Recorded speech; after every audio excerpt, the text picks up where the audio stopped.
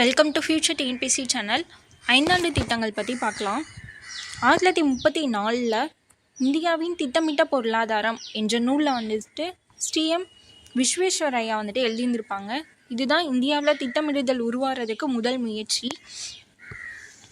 பாம்பே திட்டம் இது வந்துட்டு மும்பையில் 1943 8 தொழில் அதிபர்கள் சேர்ந்து இந்த திட்டத்தை வந்துட்டு உருவாக்கியிருந்திருப்பாங்க. காந்தி திட்டத்தை வந்துட்டு ஸ்ரீமான் நாராயணன் SN அகர்வால் 1944 வந்துட்டு உருவாக்கியிருந்திருப்பாங்க. மக்கள் திட்டத்தை வந்துட்டு MN ராய் 1945 உருவாக்கியிருந்திருப்பாங்க. சர்வோதயா திட்டம் ஜெயபிரகாஷ் நாராயணன் 1950 வந்துட்டு உருவாக்கியிருந்திருப்பாங்க. அடுத்து பார்த்திங்கன்னா இந்தியா சுதந்திரம் பெற்ற பிறகு திட்டக்குழு 1950 மார்ச் 15 பாராளுமன்ற சட்டத்தால் உருவாக்கப்பட்டிருந்திருக்கும். திட்ட கமிஷன் ஒரு தலைவர், ஒரு துணைத் தலைவர் மற்றும் 7 உறுப்பினர்கள் கொண்டதாக இருக்குது. இந்த குழுவுடைய தலைவர் பிரதமர். இதில் முழு நேர உறுப்பினர்களாக துணைத் தலைவர்கள் 2 உறுப்பினர்களும் இருப்பாங்க. திட்ட கமிஷன் ஒரு அரசியலமைப்பு சாராதது.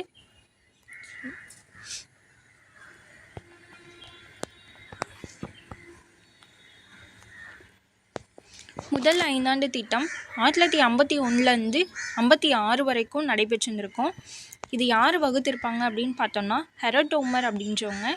இதோட இலக்கு 2.1%, ஆனால் இது 3.6% வரைக்கும் இலக்கடைஞ்சு வெற்றி பெற்றிருந்திருக்கும்.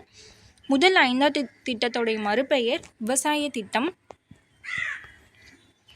முதல் ஐந்தாண்டு திட்டத்தில் வந்துட்டு உருவாக்கப்பட்டதுன்னு பார்த்தீங்கன்னா சித்திரி உர தொழிற்சாலை வந்துட்டு உருவாக்கப்பட்டிருந்திருக்கும்.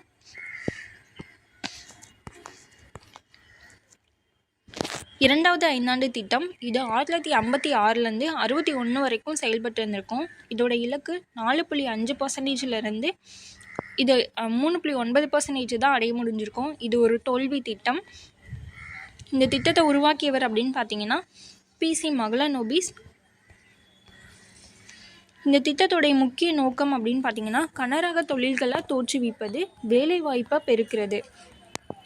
இந்த திட்டத்துடைய மறுபெயர் பார்த்திங்கன்னா ஆலை தொழில் திட்டம். இந்த திட்டத்தின் மூலமாக தான் நிறைய இரும்பு எஃகு ஆலைகள் வந்துட்டு உருவாக்கப்பட்டிருந்திருக்கும். எங்கெங்கே பார்த்தீங்கன்னா பிலாய், துர்காப்பூர், ரூர்கேலா.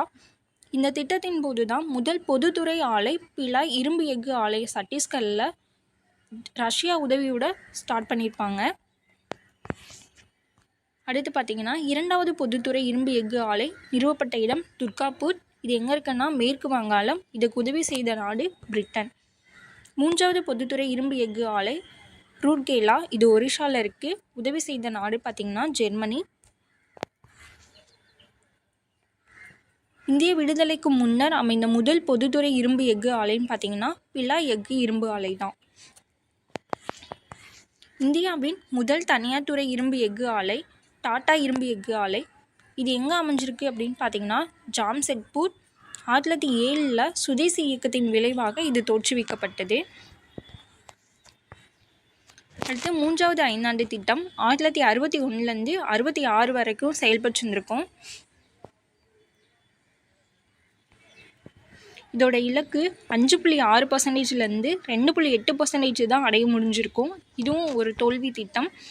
இது வந்துட்டு கார்கில் திட்டம் அப்படின்னு சொல்லுவாங்க. இதோட நோக்கம் பார்த்திங்கன்னா சுதந்திரமான பொருளாதாரம், சுய முன்னேற்ற நிலையை வந்துட்டு அடைகிறது.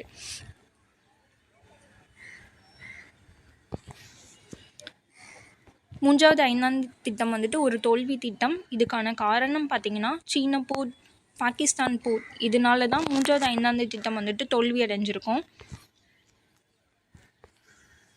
அடுத்து திட்ட விடுமுறை காலம் 1966 69 வரைக்கும் செயல்பட்டிருந்திருக்கும். இதுக்கான காரணம் பார்த்திங்கன்னா இந்திய பாகிஸ்தான் போர் மற்றும் இந்த மூன்றாவது ஐந்தாண்டு திட்டம் தோல்வி அடைஞ்சது.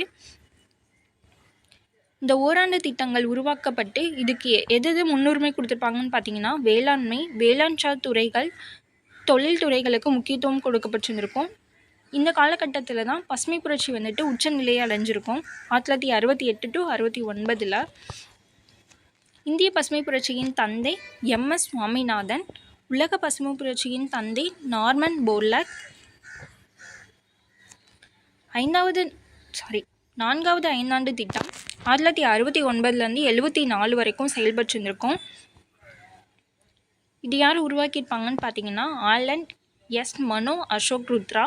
இதோட இலக்கு 5.7%. ஆனால் இது 3.3% தான் அடைய முடிஞ்சிருக்கும். இதுவும் ஒரு தோல்வி திட்டம். இதோட நோக்கம் அப்படின்னு பார்த்தீங்கன்னா நிலையான வளர்ச்சி மற்றும் தற்காப்பு நிலையை அடைகிறது.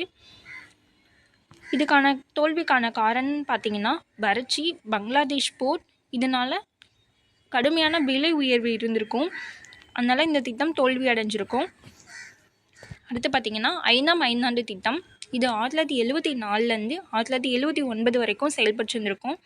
இந்த திட்டத்தில் வேளாண்மை தொழில்துறை மற்றும் சுரங்க தொழிலுக்கு முன்னுரிமை வழங்கப்பட்டிருந்திருக்கும்.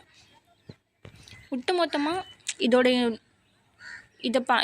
இலக்கு எவ்வளோ இருந்திருக்கும்னா 4.4%ஐ விட அதிகமாக 4.8% வரைக்கும் வெற்றி பெற்றிருந்திருக்கும். இந்த திட்டத்தை முன்வரைவு செய்தது யாருன்னு பார்த்தீங்கன்னா டிபி தார். இந்த திட்டம் 1978லேயே முடிக்கப்பட்டிருந்திருக்கும். அதாவது 79 வரைக்கும் இந்த திட்டக்காலம் போட்டிருந்திருப்பாங்க. ஆனால் ஒரு ஆண்டுக்கு முன்னாடியே இதை ஸ்டாப் பண்ணியிருப்பாங்க. அடுத்து பார்த்திங்கன்னா சுழல் திட்டம். 1978 to 79ஆம் ஆண்டு ஒரு வருட காலத்திற்காக இந்த சுழல் திட்டம் தொடங்கப்பட்டிருந்திருக்கும். ஏன்னு பார்த்தீங்கன்னா 5வது ஐந்தாண்டு திட்டத்தை நீக்கிய பிறகு இதை தொடங்கியிருப்பாங்க. 6ஆம் ஐந்தாண்டு திட்டம். இது 1980லேருந்து 85 வரைக்கும் செயல்பட்டுருந்திருக்கும். இதோடைய அடிப்படை நோக்கம்னு பார்த்தீங்கன்னா வறுமையை ஒழிக்கணும், தொழில்துறை தற்சார்பு, வறுமை ஒழிப்பு, இதுதான் இதோடைய முக்கியமான ஒரு லட்சியமாக இருந்திருக்கு. அப்புறம் முதலீட்டை அடிப்படையாக கொண்டது. இந்த திட்டத்துடைய வளர்ச்சி 5.2%. ஆனால் இது 5.7% வளர்ச்சி அடைஞ்சிருக்கும். 7ஆம் ஐந்தாண்டு திட்டம் 1985லேருந்து 1990 வரைக்கும் செயல்பட்டுருந்திருக்கும். இந்த திட்டத்துடைய நோக்கம் தன்னிறைவு பொருளாதாரத்தை உருவாக்குறது, வேலைவாய்ப்பை ஆக்கப்பூர்வமாக வழங்குறது. முதன்முறையாக பொதுத்துறைக்கு மேலாக தனித்துறைக்கு முன்னுரிமை வழங்கப்பட்டிருந்திருக்கும். தனியார் துறை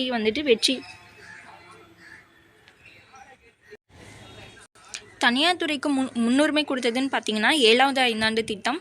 இந்த திட்டத்துடைய வளர்ச்சி 5.5%. ஆனால் இது 6% வரைக்கும் இலக்கு அடைஞ்சிருந்திருக்கும். அடுத்து பார்த்திங்கன்னா ஆண்டு திட்டங்கள். இது எதுக்காக போட்டிருப்பாங்கன்னா மைய அரசினால் நிலையற்ற அரசியல் சூழல் நிலவப்பட்டது. அப்போ 8வது ஐந்தாண்டு திட்டம் நடைமுறைப்படுத்த இயலாமல் போயிருக்கும். அதனால 1990 to 91 மற்றும் 1991 to 92 இந்த 2 ஆண்டுகளில் இந்த திட்டங்கள் உருவாக்கப்பட்டிருந்திருக்கும். 8ஆம் ஐந்தாண்டு திட்டம். இது 1992 to 97 வரைக்கும் செயல்பட்டிருந்திருக்கும். இந்த திட்டத்தோடைய நோக்கம்னு பார்த்தீங்கன்னா வேலைவாய்ப்பு, கல்வி, சமூக நலம், மனிதவள மேம்பாட்டு நடவடிக்கைகளுக்கு முன்னுரிமை கொடுக்கிறது. இந்தியாவிற்கான புதிய பொருளாதாரம் அறிமுகப்படுத்தப்பட்டதும் இந்த 8வது ஐந்தாண்டு திட்ட காலத்தில் தான். இதோடைய வளர்ச்சி இலக்கு பார்த்திங்கன்னா 6%. ஆனால் இது 6.8% வரைக்கும் வளர்ச்சி இலக்கு அடைஞ்சிருக்கும். 9ஆம் ஐந்தாண்டு திட்டம் 1997லேருந்து 2002 வரைக்கும் செயல்பட்டுருந்திருக்கும்.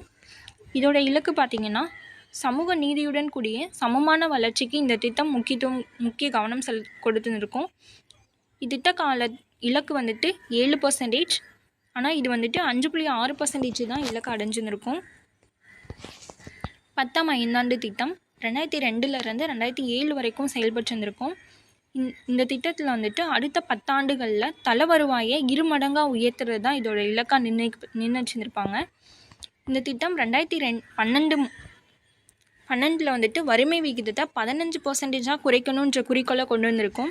இதோட இலக்கு 8%. ஆனால் 7.2% தான் அடைய முடிஞ்சிருக்கும். இதுவும் ஒரு தோல்வி திட்டம். அடுத்து 11ஆம் ஐந்தாண்டு திட்டம் 2007லேருந்து 2012 வரைக்கும் செயல்பட்டுருந்திருக்கும். இதோடைய முக்கிய நோக்கம் பார்த்திங்கன்னா விரைவான மற்றும் அதிகமான உள்ளடக்கிய வளர்ச்சி.